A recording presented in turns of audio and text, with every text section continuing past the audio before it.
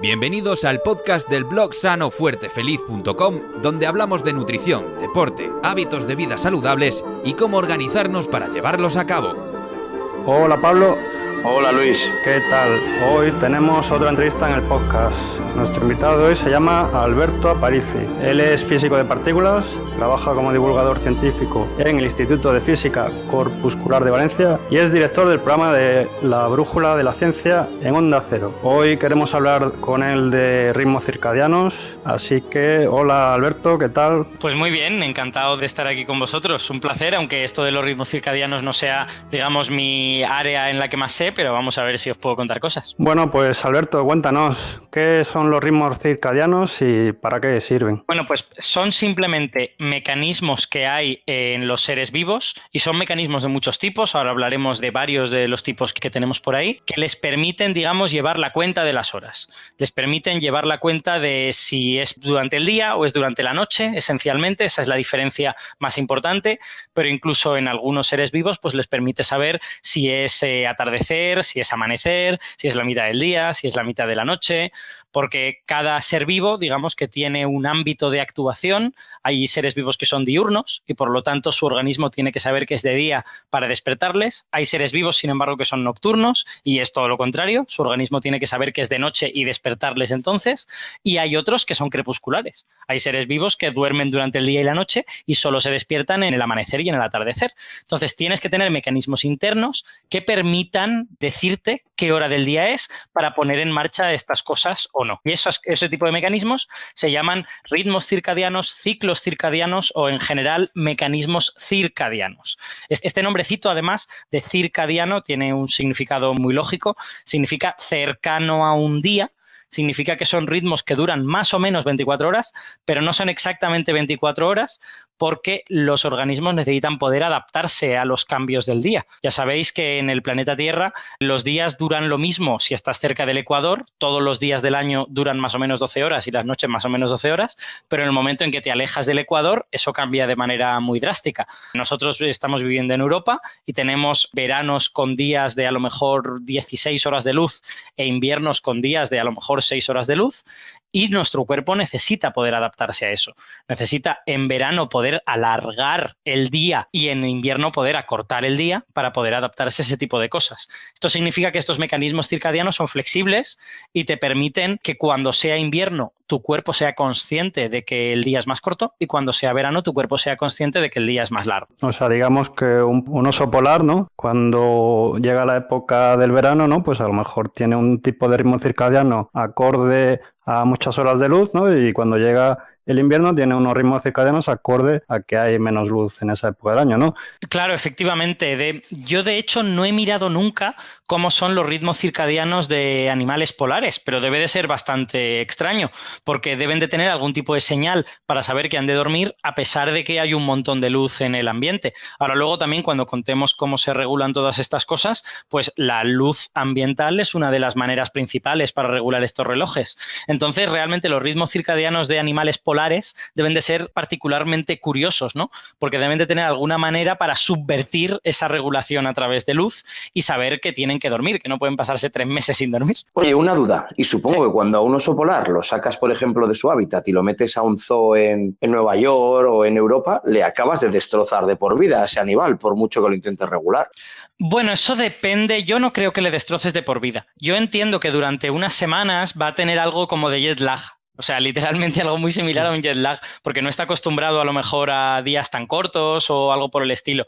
Pero estos mecanismos circadianos son tan flexibles que muy probablemente él será capaz de adaptarse a esos días y esas noches. Ya te digo que no estoy del todo seguro, porque sus ritmos circadianos deben de ser un poquito especiales, ¿no? Para poder identificar toda esta luz tan prolongada, esta oscuridad tan prolongada. Quizá la oscuridad no sea un problema tan grande, porque los osos polares hibernan durante una parte del invierno, pero la adaptación a esta luz muy prolongada durante todo el día sí que debe de ser curiosa.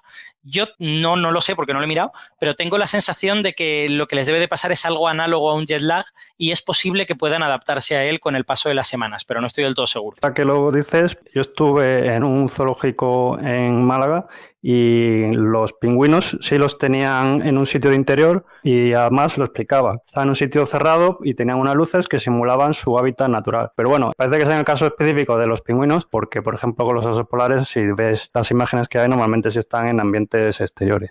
Sí, no lo sé. También es posible que simplemente se les haya ocurrido que podían hacer eso y lo podían hacer más fácilmente con los pingüinos y no con los osos polares. Claro, yo no estoy seguro de que eso se haya estudiado de manera sistemática. Tenemos estas intuiciones que parecen razonables y es casi seguro que a los pingüinos les vendrá bien el hecho de tener una iluminación más similar a la de su ambiente natural, pero ya te digo que yo no he leído ningún estudio específico de estas cosas, o sea que no estoy del todo seguro. Eso enlazaría un poco con nuestra siguiente pregunta, ¿no? Que es, ¿qué mecanismos son esos que le permiten llevar ese control?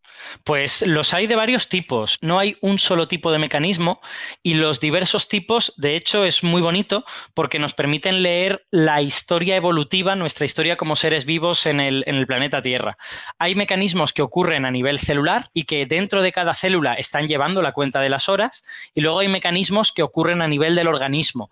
Es decir, hay cosas que arrastramos desde la época en que nuestros antepasados eran seres unicelulares y aunque solo tenían una célula tenían que saber cuándo era de día o de noche y hay cosas que hemos ido desarrollando a medida que nos hemos convertido en organismos más grandes, con muchas células diferentes, con un sistema nervioso y todas estas cosas. Entonces, vamos a empezar por el segundo, que a lo mejor es el más intuitivo, porque es el más pluricelular como nosotros, que se llama el reloj central, ¿vale? El reloj central es una parte del cerebro que concretamente se llama núcleo supraquiasmático, que recibe información de cuánta luz estamos detectando a través de nuestros ojos y esa información la interpreta como es de día o es de noche y la utiliza para sincronizar todos los órganos del cuerpo. Es decir, ese núcleo supraquiasmático recibe información de si hay luz y si hay luz dice, vale, es de día y por lo tanto segrega una serie de hormonas que viajan por todo el cuerpo e informan a las células del cuerpo de, oye, es de día, no te pongas a dormirte ahora porque no es el momento apropiado para eso. Entonces, este es un mecanismo muy lógico y además todos lo podemos haber notado, que si nos quedamos toda la noche con la luz encendida, a lo mejor dormimos un poco peor y eso es porque nuestro cerebro está recibiendo mensajes contradictorios, ¿no? Le estamos diciendo, tengo sueño, y le estamos diciendo con la luz es de día y por lo tanto no debes tener sueño. De hecho, está muy estudiado y es muy bien sabido que este tipo de mecanismos son mucho más sensibles a la luz azul que a la luz roja. Entonces, cuando ponemos en casa luces de color blanco, que ya sabéis que es una mezcla de pues el rojo, el amarillo, el verde, el azul, sí. Esas luces nos afectan muchísimo más a estos mecanismos de puesta en marcha del reloj que cuando solo ponemos luces más anaranjadas o más amarillas. Yo por eso en mi habitación tengo un flexo que es de color amarillento y me sirve muy bien para decirle a mi organismo que ya es hora de dormir, mientras que cuando quiero trabajar en el salón pues me pongo luces blancas para decirle a mi cuerpo, oye, no te duermas que necesito aguantar un poco más, ¿no? Y aquí vendría uno de los problemas de las luces LED, ¿no? Sí, claro, efectivamente. Una parte de los problemas que nos da la iluminación artificial tiene que ver con utilizar mal los colores de la luz y ponernos luces blancas por la noche, que es bien sabido que de alguna manera afecta a nuestros ritmos del sueño y nos hace que durmamos peor. De hecho, lo ideal sería no tener ninguna iluminación por la noche. Es decir, está claro que nuestro cuerpo ha evolucionado durante millones de años para vivir en este mundo y no ha evolucionado para vivir con luz artificial. Entonces, ni luces amarillas, ni luces blancas, ni nada. Pero como ahora tenemos un ritmo de vida que es diferente al que teníamos cuando no había luces, lo que sí podemos hacer es utilizar estas luces artificiales de una manera más inteligente, ¿no? Y tratar de no utilizar las luces que más afectan a nuestro reloj central. Y las luces azules son las que más responden todos estos mecanismos, tanto del reloj central como de los periféricos, que hablaremos ahora, de los relojes a nivel celular.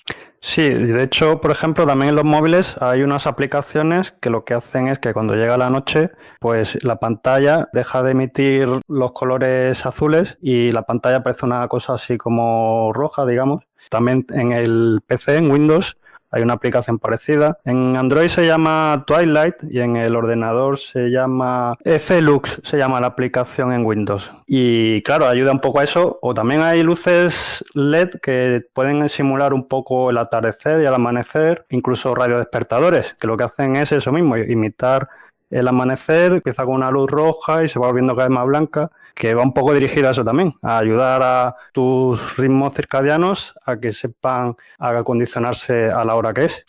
Efectivamente, de todas maneras, o sea, todo esto que tú has descrito, de alguna manera son buenas prácticas, digamos, ¿no? Son cosas que vale la pena hacer porque sabemos que van en la dirección correcta, pero también que los oyentes no piensen que esto es una especie de ciencia exacta y que con hacer esto ya se van a resolver todos tus problemas de sueño, porque esto no es necesariamente así. O sea, somos organismos muy complicados y hay gente que tiene desórdenes del sueño que no tienen que ver con los ritmos circadianos, que tienen que ver con otras cosas. Entonces, esto, digamos, son buenas prácticas que van a ayudar, pero si hay una persona que ve que tiene problemas de sueño y que solo con estas buenas prácticas no mejoran especialmente, pues lo que tiene que hacer es ir a un especialista médico que le analice su caso, ¿no? Yo tengo varios amigos que tienen desórdenes del sueño y 2 de ellos tienen que ver con ritmos circadianos, pero uno de ellos no. Uno de ellos tiene que ver pues con otras cosas hormonales y tal. O sea que esto lo ha de ver un médico. Entonces, si queréis, hablamos de los relojes que no son solo el central, también de los periféricos.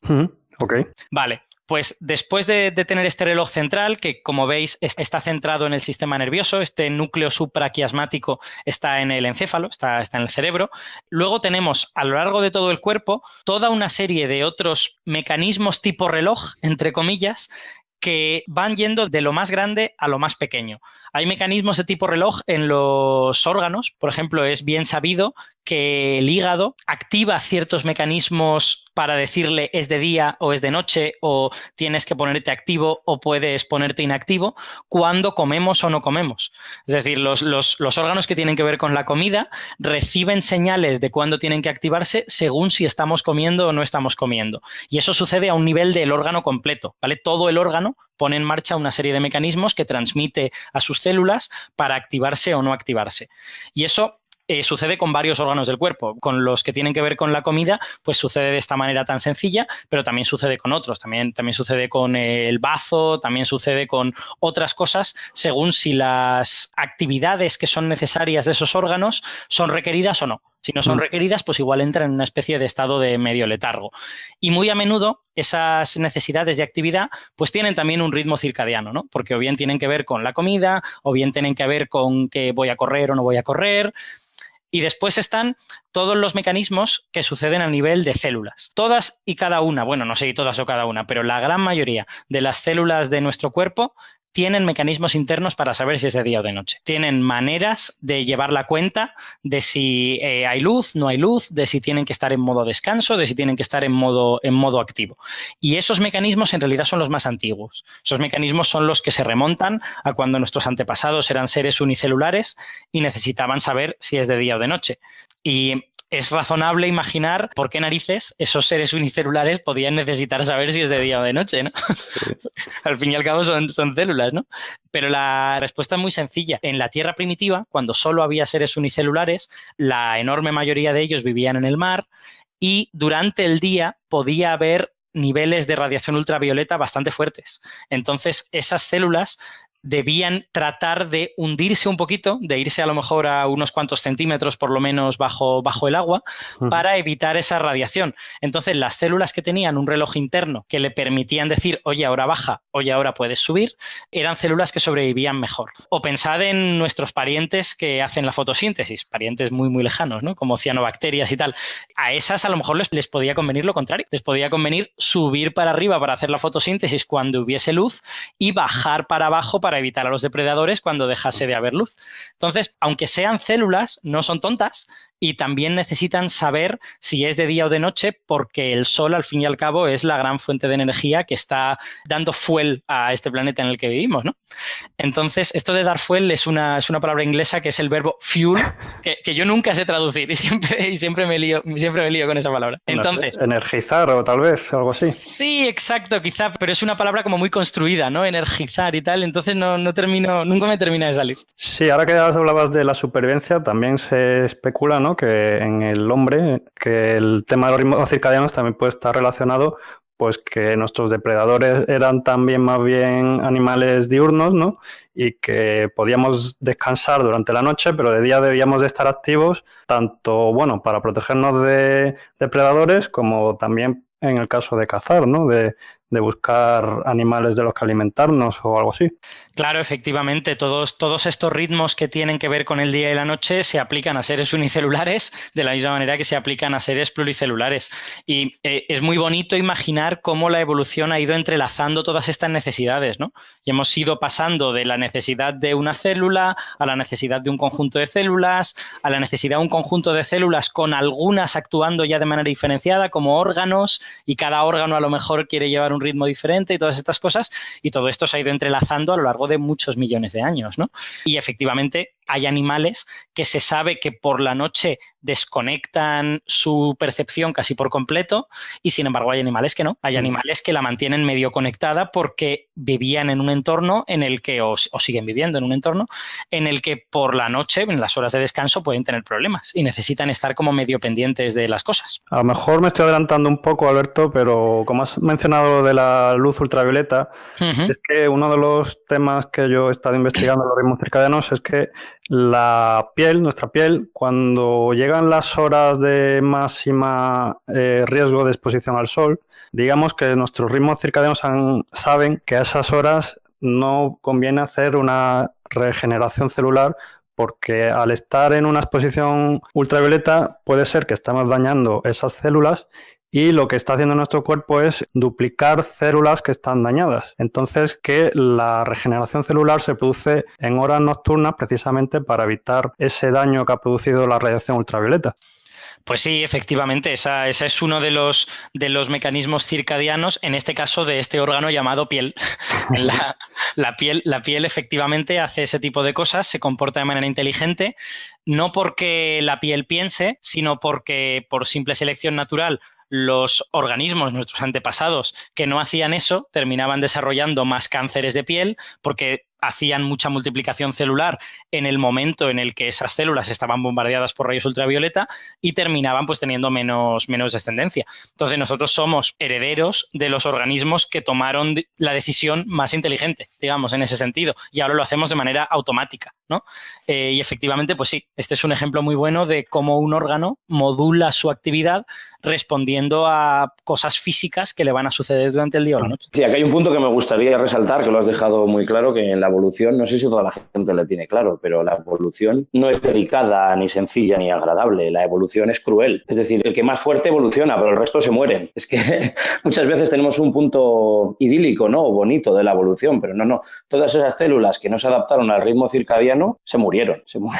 Es que es ese punto cruel que la gente no tiene en cuenta. Está el más fuerte, pero mueren todos los demás. Sí, yo siempre digo, cuando tengo la oportunidad, siempre remarco que la selección natural, nosotros tenemos esta frase de la supervivencia del más apto, ¿no?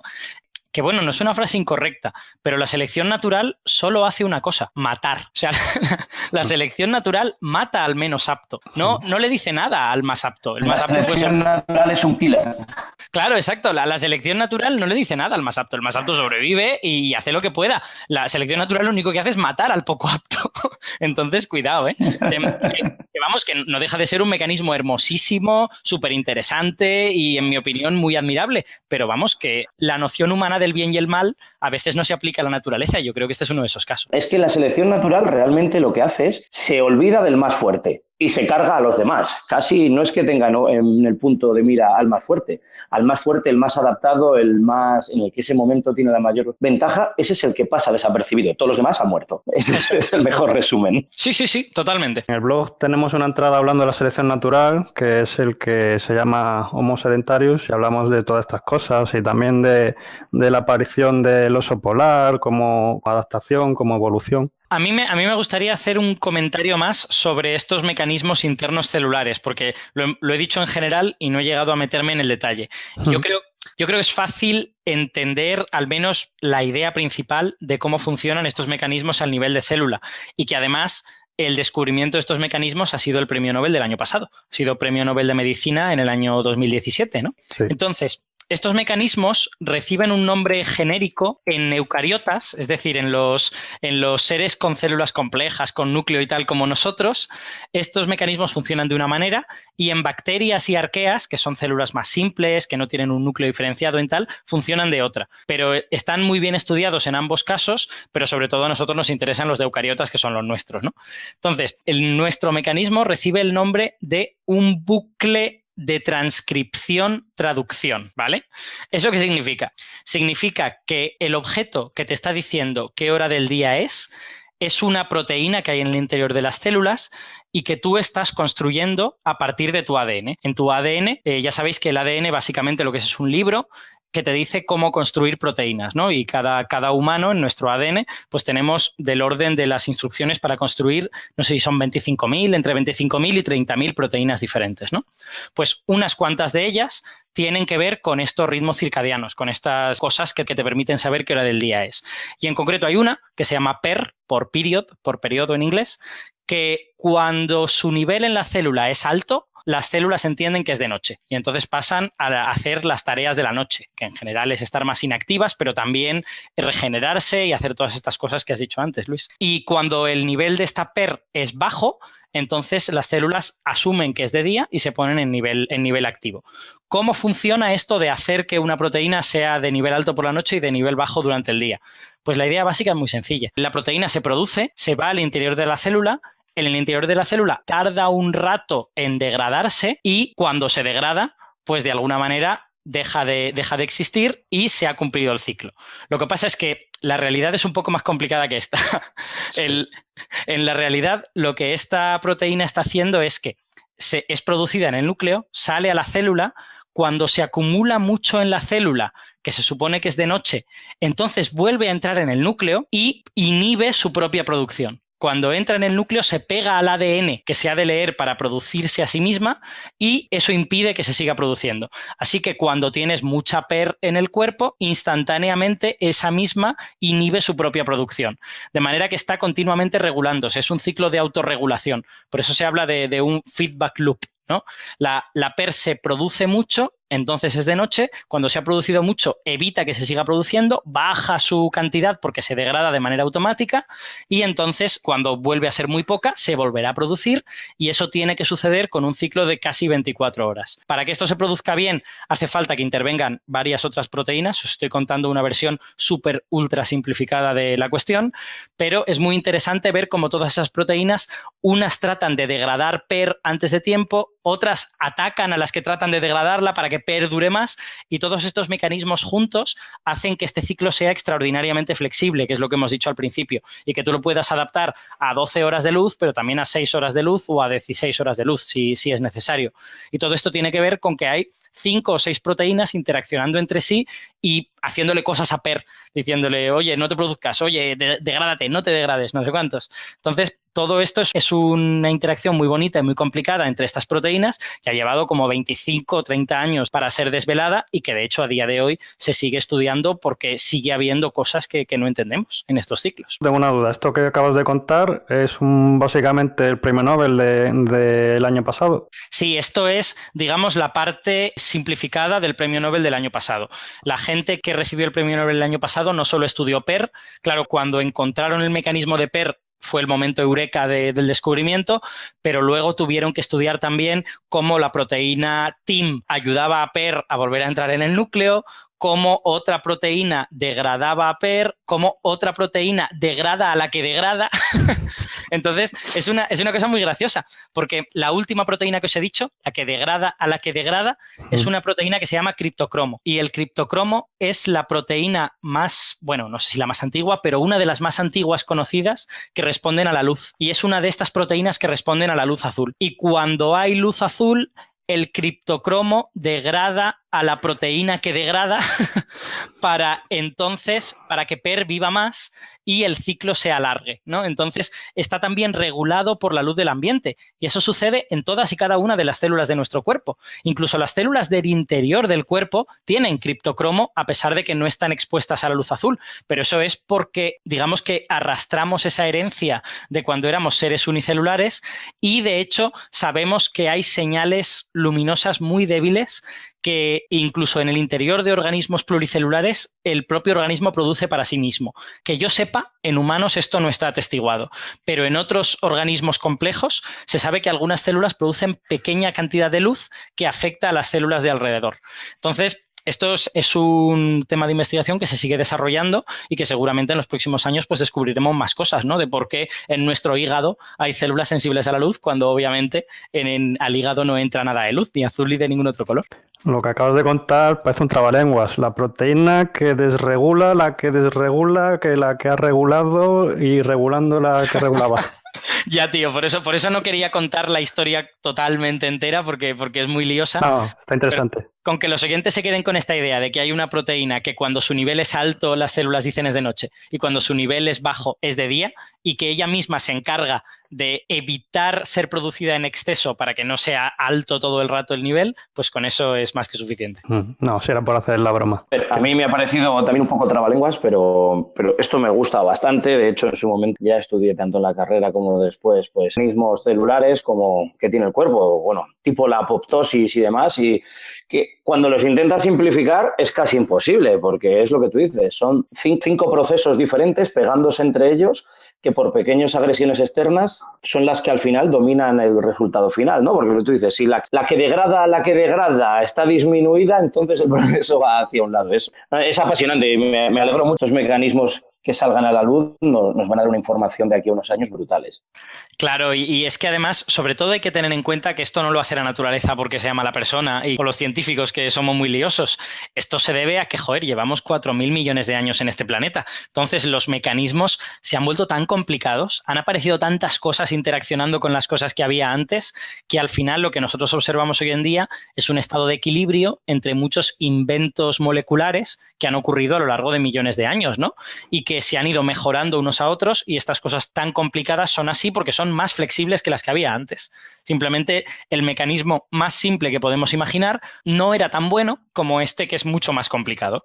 Ya hemos hablado del reloj central, o sea, los mecanismos que permiten al organismo que lleve la cuenta de las horas, de esto ya hemos hablado, ¿no? Sí. Este reloj central, ¿cómo le afecta la luz al reloj central? No sé si esto quieres añadir algo más o con lo que hemos hablado suficiente. Bueno, ya hemos dicho lo básico, pero esencialmente es lo que he dicho antes. Cuando hay luz, hay unas células y unas neuronas del sistema nervioso que tienen conexión directa con este núcleo supraquiasmático, que es el lugar en el que reside el reloj central, y esas células le mandan una serie de señales al núcleo supraquiasmático y este reacciona de manera inmediata segregando unas sustancias que se distribuyen por todo el cuerpo y le dicen a todos esos relojes celulares de los que acabamos de hablar, oye, ponte en hora, cuidado, si tienes el nivel de PER demasiado alto, bájalo. Si tienes el nivel de PER demasiado bajo, súbelo. Y todo esto lo hacen mediante esas proteínas reguladoras, ¿no? Sobre esas que degradan a las que degradan y todo esto, ¿no? Entonces, al final hay una interacción muy bonita y muy complicada entre todas esas cosas. Estas sustancias que segrega el reloj central no hablan directamente con PER, con quien hablan es con la gente que tiene la capacidad de actuar sobre PER y entonces es capaz de poner en hora los relojes del cuerpo. De nuevo, esto no es un reloj mecánico y no es una ciencia súper exacta. En ocasiones estos relojes se pueden desincronizar, pero todo está hecho para que no vayan muy desincronizados, para que estén suficientemente en hora los unos con los otros. Y en relación con el reloj circadiano, ¿hay enfermedades relacionadas? Pues sí, desde luego.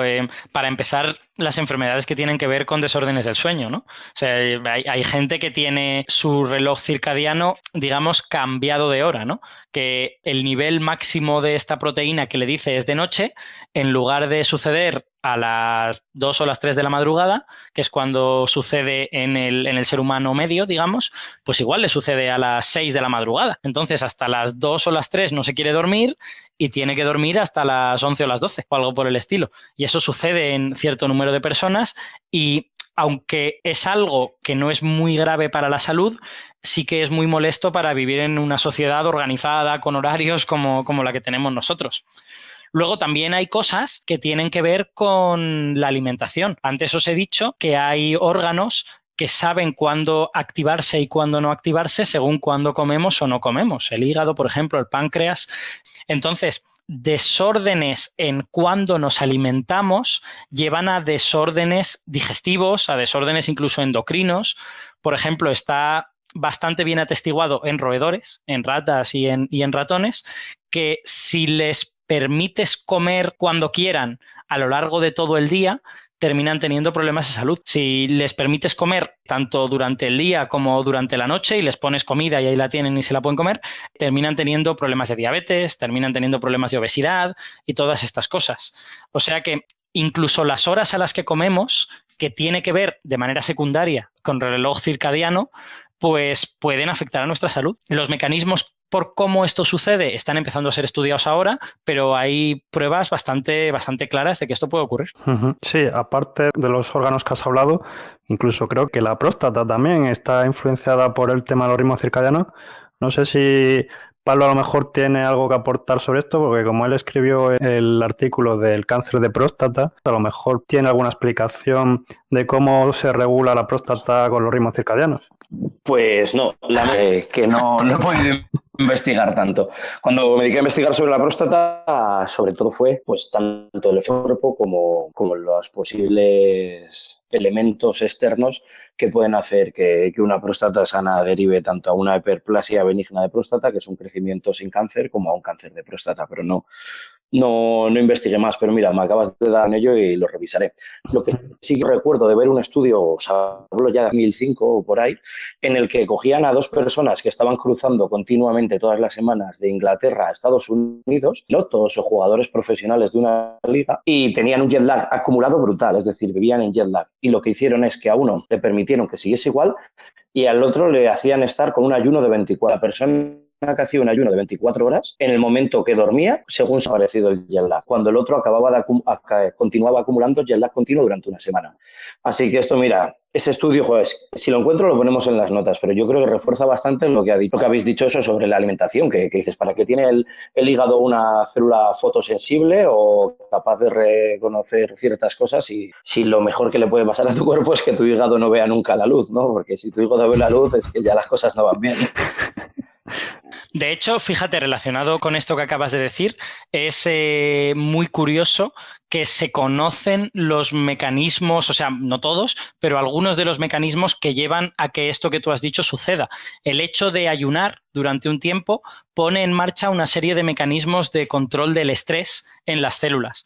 Pone en marcha una serie de mecanismos pues, que destruyen dioxinas, que destruyen sustancias oxidativas y todo esto, y de alguna manera eso hace que esas células estén también más preparadas para luchar contra otro tipo de problemas que no solo tienen que ver con estar ayunando, que tienen que ver también pues, con enfermedades o con residuos que deja el metabolismo. Entonces, el hecho de ayunar, según algunos científicos, según alguna corriente, puede ser útil para más cosas, aparte de para la alimentación. No sabía que también para el jet lag, pero mira, fíjate, lo tenemos ahí a huevo. Sí, a lo mejor te estás refiriendo a la autofagia. No, en este caso no. En este caso estoy hablando de mecanismos contra el estrés oxidativo, básicamente. Aunque una cosa y la otra pueden tener que ver, porque efectivamente la autofagia ayuda a limpiar las células de cosas, pero en general la autofagia es más para reciclar materiales que están dentro de orgánulos en las células. Mientras que el estrés oxidativo tiene que ver con sustancias dañinas, tóxicas, que se producen en el interior de las células, pero que no son orgánulos, no son cosas grandes, sino que son cosas distribuidas en el interior de la célula. Esto para decir que no hay que desintoxicar nuestro cuerpo, que podemos hacer ciertas cosas, pero no hay alimentos que desintoxiquen. No vaya a ser que haya gente que piense, para desintoxicar ayuda el no comer, porque le dejas relajarse, y que dejes a tu hígado tranquilo, porque tu hígado es el mayor detoxificador que existe en nuestro cuerpo. Así ni es. Batidos detox, ni tomar nada. O sea, que nadie... Es que luego hay mucha gente que dice, voy a hacer una dieta de desintoxicación, y lo mejor es decirle, vale, bebe agua, tómate unas sales y no comas. Eso es la desintoxicación. Deja de tomar batidos de alfalfa. Tenemos una entrada en el blog sobre el ayuno intermitente con mucha evidencia científica y recomiendo a nuestros oyentes o lectores que se pasen por la entrada. Bueno, pues Alberto, tenemos ahora el juego de susto o muerte. Madre de amor hermoso. Venga, vamos con él. A ver, para los que no sepan de qué va el juego, esto es una cosa que hacemos a nuestros entrevistados. Tenemos dos opciones malas, pero el invitado tiene que mojarse y elegir una de las dos, o como dice Pablo, susto o muerte. Susto a muerte, sí, tú puedes elegir, sí. No hay una buena y otra mala. Puedes elegir el mal menor o el mal mayor. Te vamos a hacer 3 preguntas, como sabes. En cada una te tienes que mojar, por favor, que si no te mojas, claro, no es tan bonito. Primera, jet lag de 18 horas o vivir en un cuarto cerrado con luz artificial. Y luz artificial de la buena, no una lámpara. Jet lag de 18 horas de cabeza. La luz artificial me vuelve loco, incluso cuando tengo acceso al sol. Bien. Me alegro que te mojes. Esto es empezar bien. Siguiente. ¿Alimentarte solo de noche o dormir solo de día? ¡Wow! Pero una cosa va con la otra, ¿no? De alguna manera. Pues yo creo que dormir solo de día. ¿Dormir solo de día te quedarías? Porque aquí ya mójate. Aquí estoy muy en empate, ¿eh? Francamente, me parecen las dos igual de malas.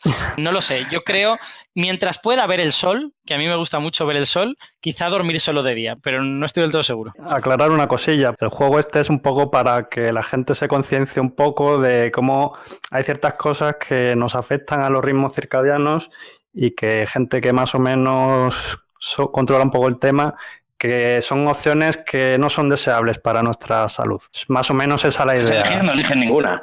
Claro, efectivamente. De hecho, en esta última que me has dado es que me parecen las dos igual de chungas, ¿no? Porque si tengo que comer por la noche, pues será que tengo que dormir durante el día, ¿no? No, pero claro, a ver, en un día de 16 horas, pues podrías dormir 8, ayunar las otras 8 y acabar comiendo por la noche, que es, yo qué sé, imagínate que es cuando estás trabajando, ¿vale?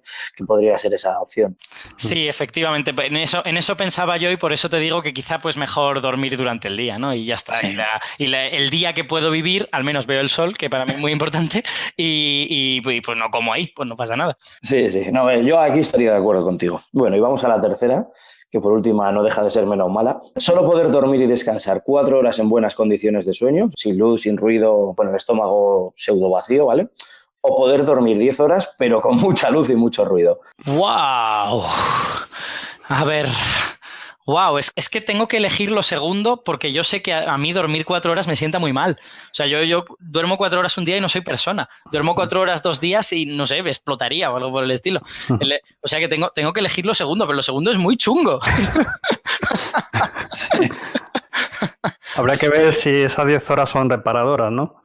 Claro, no sé. Sí. Yo os puedo comentar aquí una cosa. En cuanto llega la paternidad, la primera opción se valora bastante. Es la única opción. Puede ser. Yo que llevo como 2 años y medio sin conocer lo que son muchas horas durmiendo seguidas, 4 horas seguidas pero muy buenas reparadoras sería mi primera opción y la mejor de las dos, porque 10 horas pero con luz y ruido es algo que estamos acostumbrados muchos, es horrible. Sí. Sobre todo con luz, ¿eh? A mí dormir con luz me molesta muchísimo, no puedo. Yo cuando estuve en Estados Unidos, que allí no tienen persianas, o sea, quiero decir, es un país excelente en muchos aspectos, pero no han llegado a la civilización en el sentido de tener persianas, pues me compré un antifaz y lo sigo teniendo y es un antifaz que uso de vez en cuando porque yo dormir con luz me molesta muchísimo. Es una buena solución. Que no tiene nada que ver con nosotros. ¿Sabes por qué tanto en el norte de Europa como en Estados Unidos no tienen persianas? No, ni idea y me gustaría mucho saberlo. No es... Viene por, o sea, lo que he oído, igual es una leyenda urbana, como los cocodrilos de las alcantarillas.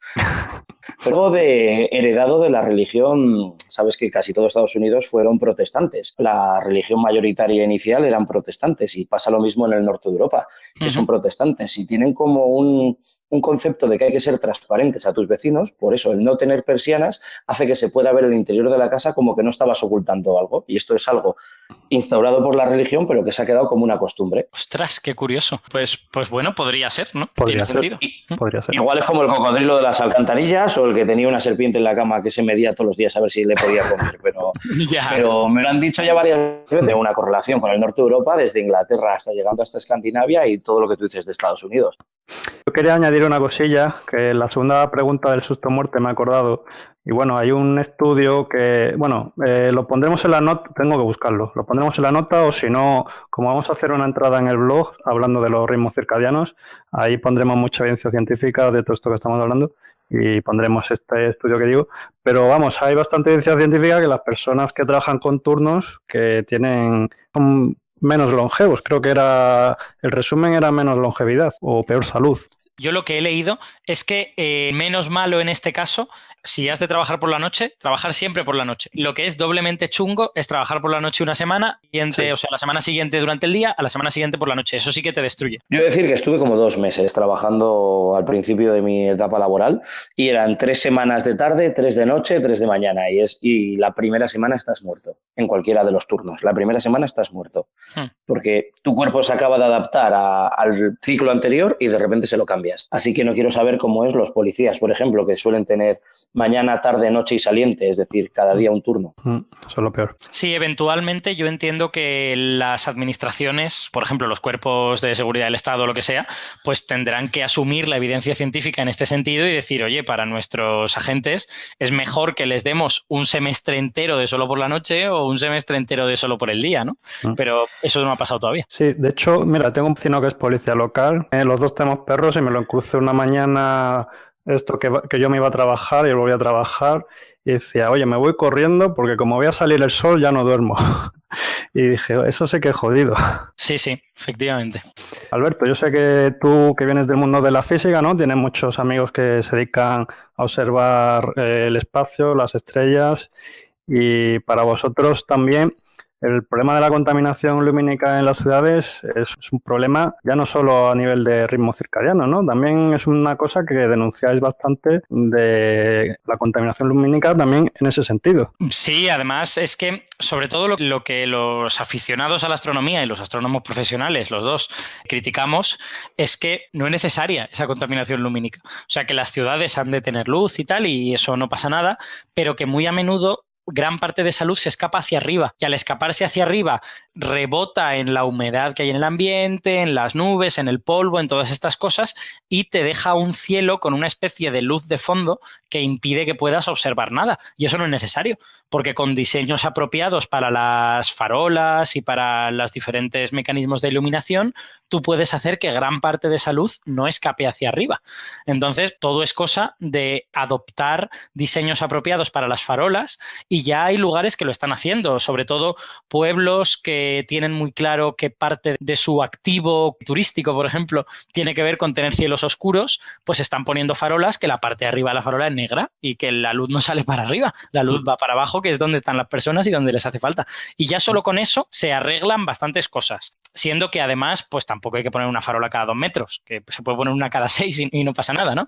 Pero sobre todo este asunto de que la luz no tiene por qué ir para arriba, porque arriba no tiene nada que iluminar, es algo muy sencillo de resolver.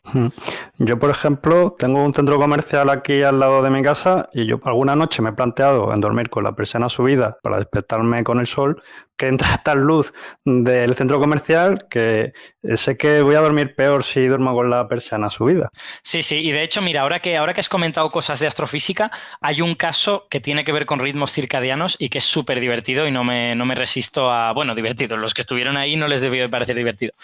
No me resisto a comentároslo, que es lo siguiente. Ya sabéis que tenemos en Marte vehículos, pueden andar por ahí. Tenemos ahora mismo 2 vehículos que están moviéndose por Marte, que son los rovers Opportunity y Curiosity, ¿vale? Y el Tesla que está de camino, ¿no? No, el Tesla se va a quedar en órbita. El Tesla no va a aterrizar en Marte ni nada por el estilo. O sea que ese no nos vamos a preocupar por él. Pero esos vehículos, bueno, hay que operarlos, ¿no? Hay que decirles cómo han de andar. Esto no se opera en directo porque Marte está a varios minutos luz. Entonces tú lo que haces es analizar el lugar en el que están esos vehículos y darle una serie de órdenes. Decirle, has de moverte 5 metros para adelante. Cuando te encuentres esta roca, mira a ver si puedes hacer esto. O sea, hay una serie de órdenes complejas que le das al vehículo. Pero en cualquier caso, para optimizar que el vehículo pueda analizar todas las cosas que puede y tal, hasta el año 2010, básicamente, se intentaba, bueno, yo creo que incluso hasta el 2015 o así, se intentaba que los astrónomos vivieran en tiempo de Marte. Entonces, eso era bastante raro y bastante chungo, porque Marte tiene un día muy parecido al de la Tierra, pero no es idéntico. Marte tiene un día de 24 horas y 40 minutos. Entonces, los pobres astrónomos y ingenieros se iban desfasando, cada día se desfasaban 40 minutos y dicen que tenían problemas de salud serios, debido al desfase de sus ritmos circadianos, porque aquí en la Tierra veían la luz de una manera y ellos tenían que vivir con la luz de Marte, ¿no? Claro. Y de hecho, tuvieron problemas familiares, o sea, lo que más se ha dicho es que hubo gente que hasta se divorció por culpa de estas cosas, pero sobre todo problemas de salud tuvieron todos. Y creo que es en 2014-2015 la NASA dijo ya, vale, vamos a hacer esto de otra manera. Vamos a vivir con horarios de la Tierra y vamos a hacer turnos o alguna cosa. Y no sé ahora muy bien qué sistema usan, pero ya os digo que durante 10 años estuvieron usando horario de Marte y eso es un poco loco. Es un caso jodido porque es como un jet lag, pero poquito a poco, que te está fastidiando todos los días. O sea, a lo mejor es mejor un jet lag de golpe, ¿no? De 18 a 24 horas, pero una vez y luego ya tu cuerpo se adapta, ¿no? Pero si estás todos los días ahí como modificándolo, es como que te está fastidiando todos los días un poquito y a largo plazo, claro, es un estrés. No, y sobre todo que tú tienes el modificador real de tu reloj es la luz que tu cuerpo siente y esa luz es la de la Tierra. Entonces tú te ves obligado a vivir con una luz que realmente tu cuerpo no está sintiendo. O sea, tienes un jet lag intelectual, digamos. Tú decides vivir en una luz que no es la real. Le estaba dando muchas vueltas a los ritmos circadianos porque, bueno, aparte de que en el momento que el ser humano consiga salir al espacio se le va a generar un reto muy gordo, porque ahora mismo dependemos de la rotación de la Tierra para establecer el ciclo de 24 horas, pero claro, en el momento que estemos en el espacio cambiará totalmente. Pero supongo que se habrá estudiado también mucho en gente que está en submarinos, en mineros y en todo tipo de situaciones, pero no se me había ocurrido ponerme a investigar a ver si había estudios de mineros, por ejemplo, o de gente que está en submarinos, que seguro que les pasa cosas parecidas. Yo no lo he mirado tampoco, lo único que conozco es un caso famoso que se hizo, es un estudio yo creo que de los 80 o los 90, no me acuerdo, que cogieron a un chico, a un muchacho que era estudiante, lo metieron en un búnker y le dijeron, mira, te vas a preparar para tus exámenes finales, que son dentro de, no sé, 2 meses o mes y medio o algo por el estilo, pero vas a estar dentro de este búnker con luz permanente durante todo el día. Es decir, bueno, luz permanente no. Tú vas a poder decidir cuándo apagas y cuándo enciendes la luz. No te vamos a forzar nosotros a ningún ritmo. Tú simplemente decides cuándo apagas y cuándo enciendes y se acabó. Y el chico se fue allí dentro y poco a poco su ritmo circadiano se fue ampliando. Es muy curioso. Cada vez sus ritmos de vigilia y sueño duraban más y terminó instalándose en un ritmo de 22 horas de vigilia y 13 horas de sueño o algo por el estilo. Tenía días de más de 30 horas. Y lo curioso es que el chico ni se dio cuenta. Le pasó la siguiente cosa que es muy divertida, que es que cuando salió de allí y le dijeron, bueno, ya está, tus exámenes son dentro de 5 días. El tío dijo, no, ¿qué va? Sí, me queda una semana, si yo tenía un planning, ¿no? Y no he podido cumplirlo, pero porque sus días eran más largos de lo normal. Y bueno, dice la anécdota que al final le permitieron que se examinara en otros momentos y que los profesores entendieron que esto había sido por el bien de la ciencia o algo por el estilo. Qué bueno, qué curioso. Sí, yo ahora que lo has dicho me acabo de acordar creo que fue un geólogo que hizo un experimento que se pasó un año entero metido en una mina y claro, y cuando él salió, pues creía que había salido, iba a salir, me lo invento, que no me acuerdo, para Año Nuevo y de repente salió, pues eso, para el 24, para Nochebuena, porque no tenía reloj, se iba guiando por los ciclos que creía y se había desfasado una semana entera. Le pasó algo más o menos lo mismo, es curioso. Exacto, yo sí que sé que el caso de este chico es extremo, ¿eh? Que la gente no se desfasa tanto como este muchacho se desfasó, que se desfasó a días extraordinariamente largos, pero bueno, que se desfase está ahí. Hombre, pero cuando estás estudiando también, no, estás como más centrado en eso. Yo cuando estudiaba químicas estudiaba por la noche y también eran cosas extremas. Sí, es posible que alargues tu periodo de vigilia, ¿no? Porque quieres llegar a estudiar todo lo que tenías planeado ese día o algo así. Sí, puede ser. Nada, es curioso. Mira, buscaremos algo más para el artículo para colgarlo en las notas. Me parece muy buena anécdota. Bueno, pues me gustaría acabar con unas preguntas personales, Alberto, para que la gente que nos oiga, que conozca un poco a Alberto Aparici. Lo primero sería saber cómo que acabaste siendo un físico de partículas. ¿Qué es lo que te llevó a ese campo? Bueno, pues, a ver, a mí la física de partículas me gustaba desde pequeñín. Yo ya desde pequeñín, desde joven, digamos. Yo ya me recuerdo leyendo cosas de física de partículas a los 13 o 14 años y cogiendo libros que se suponía que eran de divulgación y tal, y que tenían como cosas contradictorias que yo no entendía y decía, pero ¿por qué un libro dice una cosa y otro libro dice otra, no? Y era porque explicar la física de partículas divulgativamente no siempre era fácil y yo a veces me cogía libros para gente joven que eran pues todavía más simplificados y tal. Entonces, bueno, a mí ya me interesó desde jovencito. Luego me metí en física, que reconozco que me metí sin saber en dónde me metía, ¿vale? Esto es así. O sea, yo cuando estaba en COU a los 17 años sabía que me gustaban mucho las ciencias y que igual quería hacer física o igual matemáticas. Al final me metí en física. y fue un acierto increíble. O sea, mi primer año en física fue como una especie de revelación. Dije, joder, cómo me gusta todo lo que estoy estudiando, cómo me gusta el ambiente que hay aquí, cómo me gusta la gente con la que me estoy encontrando. Fue, la verdad, uno de los momentos muy buenos de mi vida. Para mí fue como una epifanía casi. Y luego, después de eso, pues vas pasando por la carrera de física, te interesan primero unas cosas, luego otras. Yo entré en física interesándome mucho la astrofísica y hoy en día me sigue gustando mucho la astrofísica, pero cuando me encontré con las asignaturas de astrofísica me parecieron, no me gustaron, ¿vale? No las disfruté. Me parecía que las ecuaciones eran muy largas, que todo era muy feo, que no sé, yo creo que había desarrollado ya un gusto por unas matemáticas más puras, ¿no? Y la astrofísica, por suerte o por desgracia, pues tiene que tratar con sistemas reales. Una estrella real no es una esfera perfecta de gas perfectamente mezclado y tal, sino que, bueno, pues es un sistema real que es muy complicado y estudiar astrofísica significa estudiar esos sistemas reales bien. Y eso a mí en aquel momento me echó para atrás y hicieron que no me gustase tanto la astro, y como me gustaban mucho las matemáticas, pues me terminé metiendo en cosas mucho más teóricas, y cosas teóricas pues incluyen física de partículas, también física del estado sólido, por ejemplo, pero en mi universidad pues era fuerte en física de partículas y dije, pues me voy a meter aquí. Y tenía mucha curiosidad por entender la teoría cuántica de campos, que me sigue pareciendo la teoría más bonita de la física. A mí me encanta la teoría cuántica de campos, me parece fascinante, y pues hasta aquí he llegado y me he divertido mucho estudiando esas cosas. Sí, digamos que te pareció muy bonito lo de E igual a mc al cuadrado, ¿no? Te pareció bello y simple. Bueno, a ver, eso es una simplificación de una ecuación más complicada, y además es relatividad. La relatividad se estudia en segundo de carrera, ¿eh? Se estudia muy al principio, fíjate. Okay. Me ha encantado, Luis, porque ha sido una simplificación excesiva. Yo he estudiado algo de física, alguna vez hablándolo con Alberto. A Alberto le gusta la parte de la física que yo la odiaba dentro de química, ¿eh? Y cuando has dicho lo de simplificarlo a E igual a mc al cuadrado, me ha encantado. Pablo, tú ya sabes que somos némesis, tú y yo, que somos un Sí, somos némesis. Me gustaba la parte de la química en la que una bola era una bola y se juntaba con otra bola y hacían dos bolas, y para ti eso es una aberración. Bueno, ¿y cómo es que Alberto acaba dedicándose a la divulgación? Uy, pues esa es una historia también bastante curiosa. Realmente yo empecé a hacer cosas de divulgación durante la carrera, porque formamos un grupo, los amiguetes de la carrera, formamos un grupillo que nos dedicábamos a dar charlas en institutos de secundaria. Entonces, nos hicimos 2 o 3 charlas, una sobre aceleradores de partículas, otra sobre relatividad, otra sobre física cuántica, y íbamos a los institutos y las dábamos.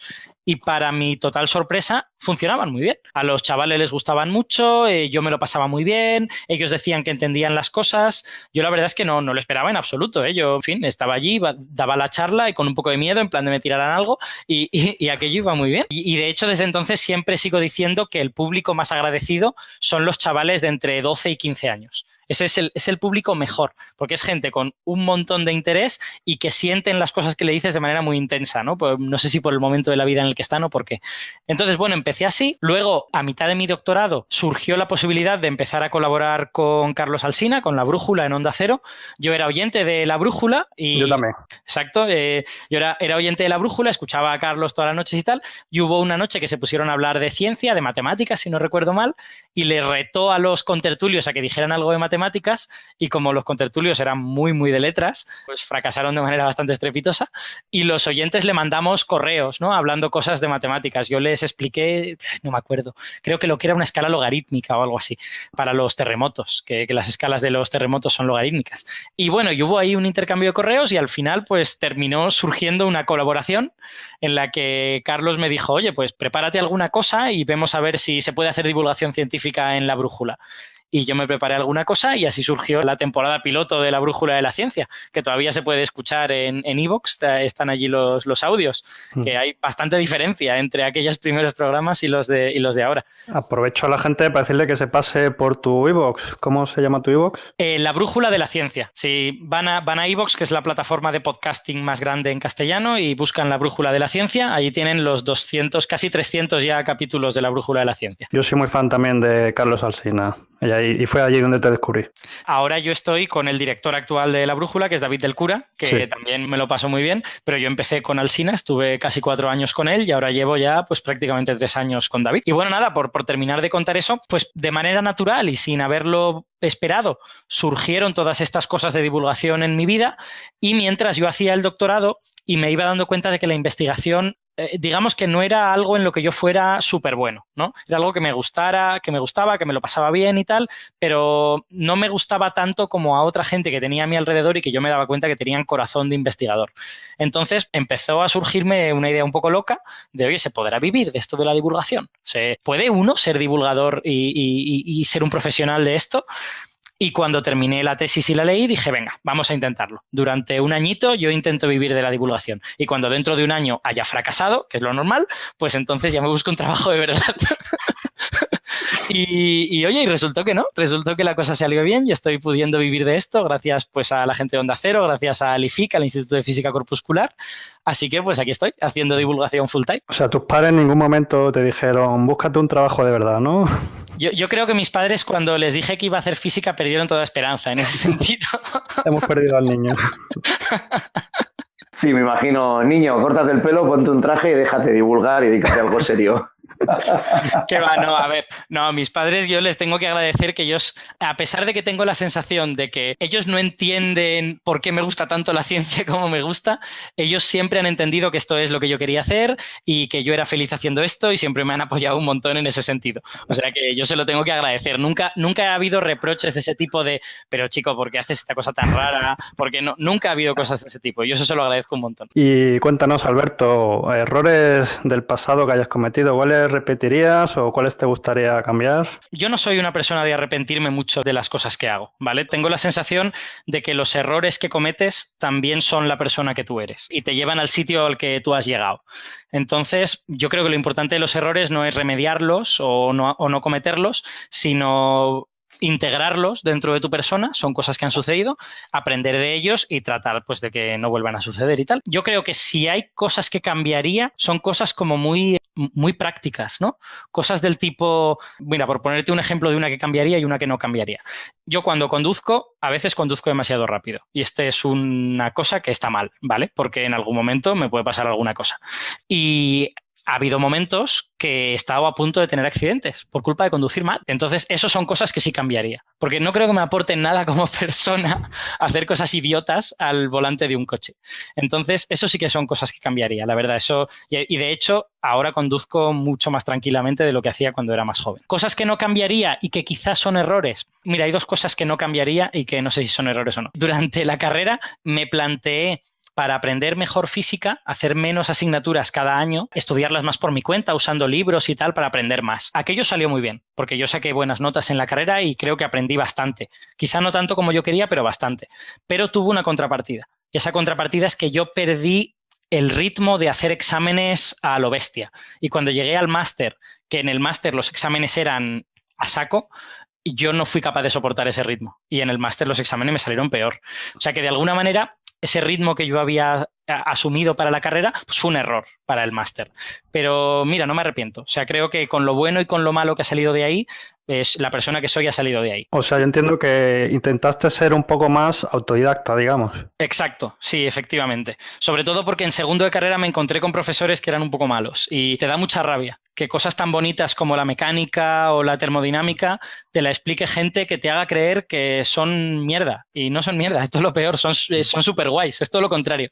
Entonces vale la pena coger un libro que te haga sentir lo que realmente esas materias son. Bueno, lo bonito de la era digital, bueno, estamos en la era de la información. Hoy día es fácil encontrar autodidactas que son muy brillantes, que es que antes para buscar información tenías que ir a una biblioteca y buscar a ver si estaba ese libro y buscar en el tal punto del libro. Hoy creo que es más importante el saber filtrar la información, la buena, la que de verdad nos interesa, porque claro, también el problema de tanta información es que hay también mucha divulgación, entre comillas, divulgación mal hecha, ¿no? Sí, a ver, yo también te diré que yo estoy hablando de cosas que hice al principio de los 2000, ¿no? Cuando yo hacía la carrera. Y en 10 años eso ha cambiado radicalmente. Ahora claro. Hay cursos online por todas partes. Yo en aquel momento sí que usé libros, ¿no? Todavía era la época en que en Internet no había tantas cosas y en los libros había muchas más cosas que en Internet. Pero vamos, sí, hoy en día pues estaríamos hablando de cursos online o de páginas web adecuadas o algo así, mucho más que de libros físicos, a pesar de que a mí los libros me gustan mucho, ¿eh? Y bueno, por decir otra cosa que tampoco hay mucho más que comentar, pero que no me arrepiento, yo nunca me arrepiento de haberme enamorado de las personas equivocadas. Esto es un poco moñas, pero esto es así, ¿vale? Te enamoras de una persona que no sale bien, pero todo eso es bueno. Todo eso está bien. Entonces, yo creo que eso, vamos, son cosas que volvería a caer en los mismos errores sin ningún problema. Y volvería a salir mal. Y no pasa nada. Esto es lo que hay. Hay un aprendizaje, ¿no? Exacto.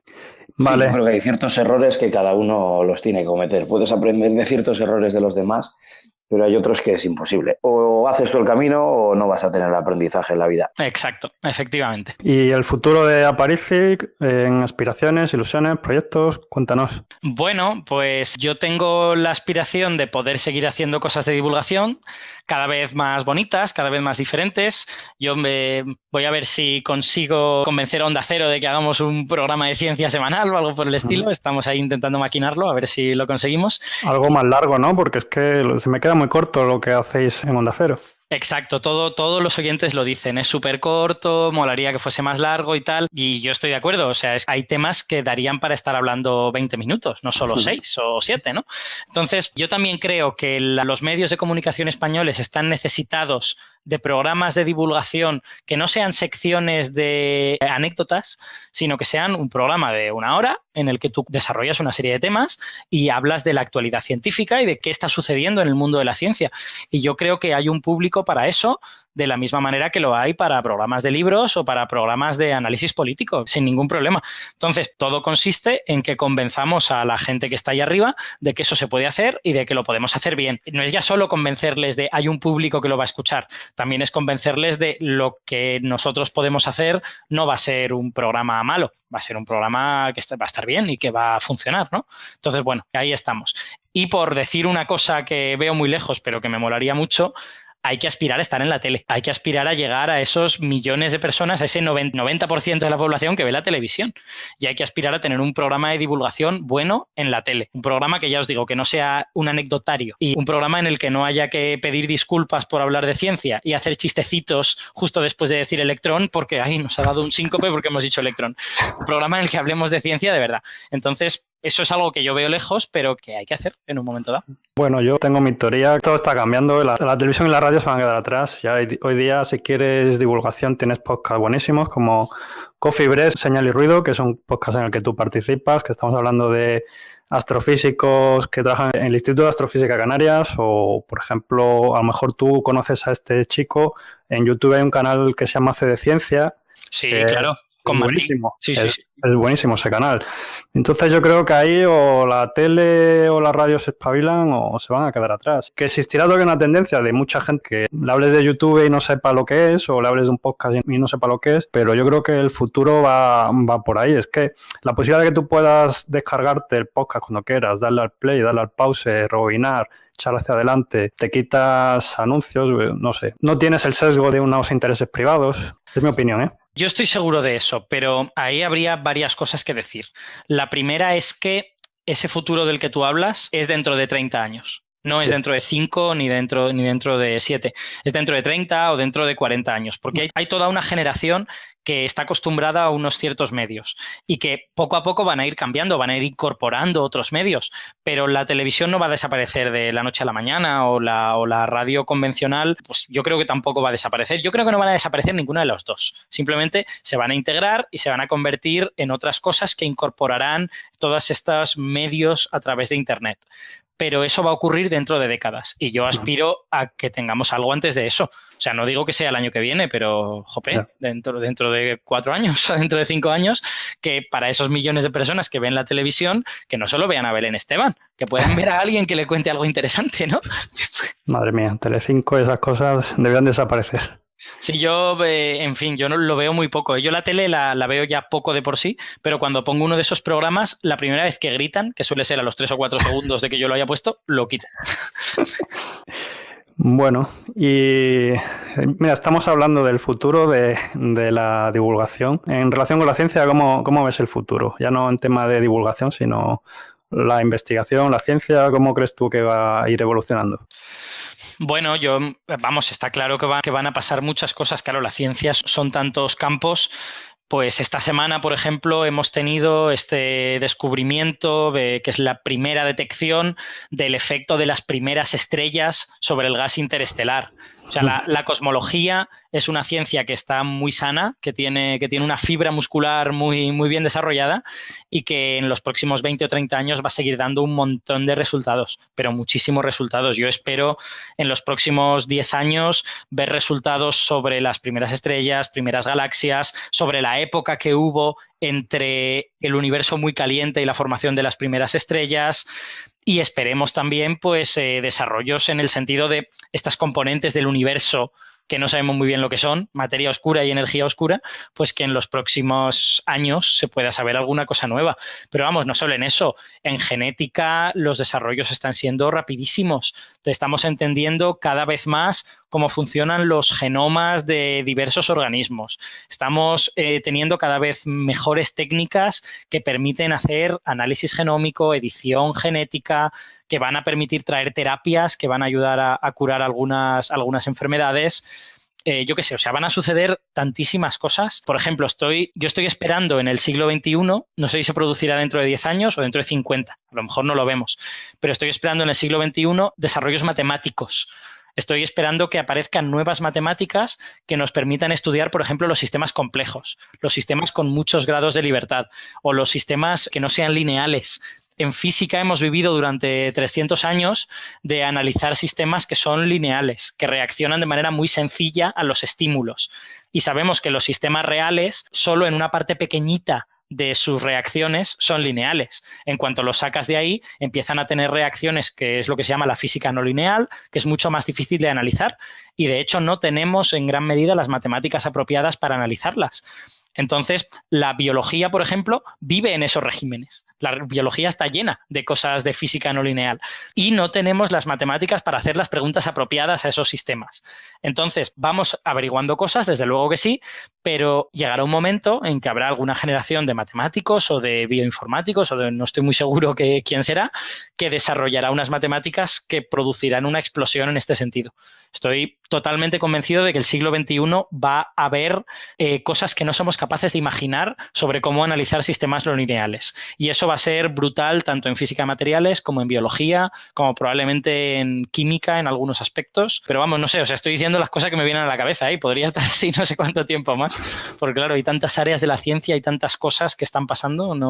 Bueno, pues ya para terminar, recomiéndanos algún libro. Que os recomiende un libro en concreto. Mira, pues uno que me estoy leyendo yo ahora mismo. Es un libro de no es divulgador, es científico británico que se llama Adam Rutherford, escrito Rutherford, que se llama Breve Historia de todos los que han vivido. Es un libro que está publicado en español, además con una traducción que es excelente, de Joan Luis Riera, en la editorial Pasado Presente, ¿vale? Breve historia de todos los que han vivido. ¿Y de qué va este libro?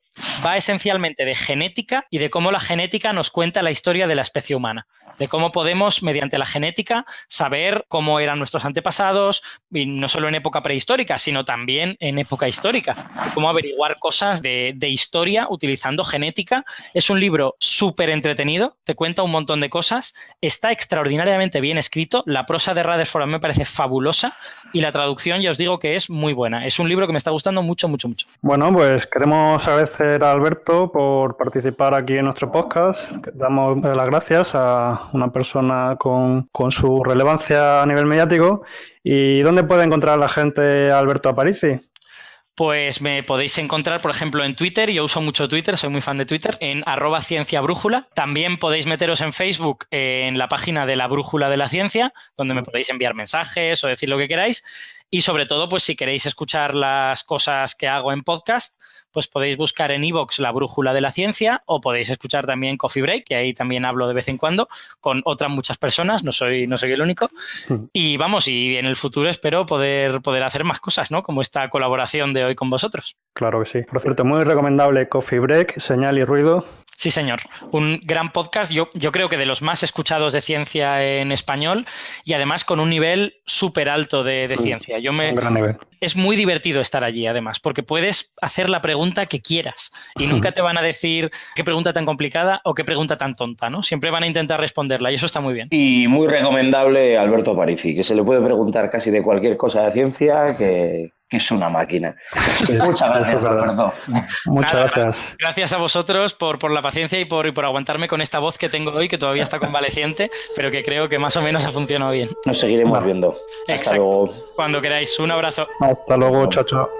Nos puedes encontrar en iVoox, iTunes, YouTube, Instagram, Facebook y por supuesto en sanofuertefeliz.com. Ayúdanos a seguir creciendo, suscríbete y comparte para que más gente pueda tener un cuerpo sano, fuerte y feliz.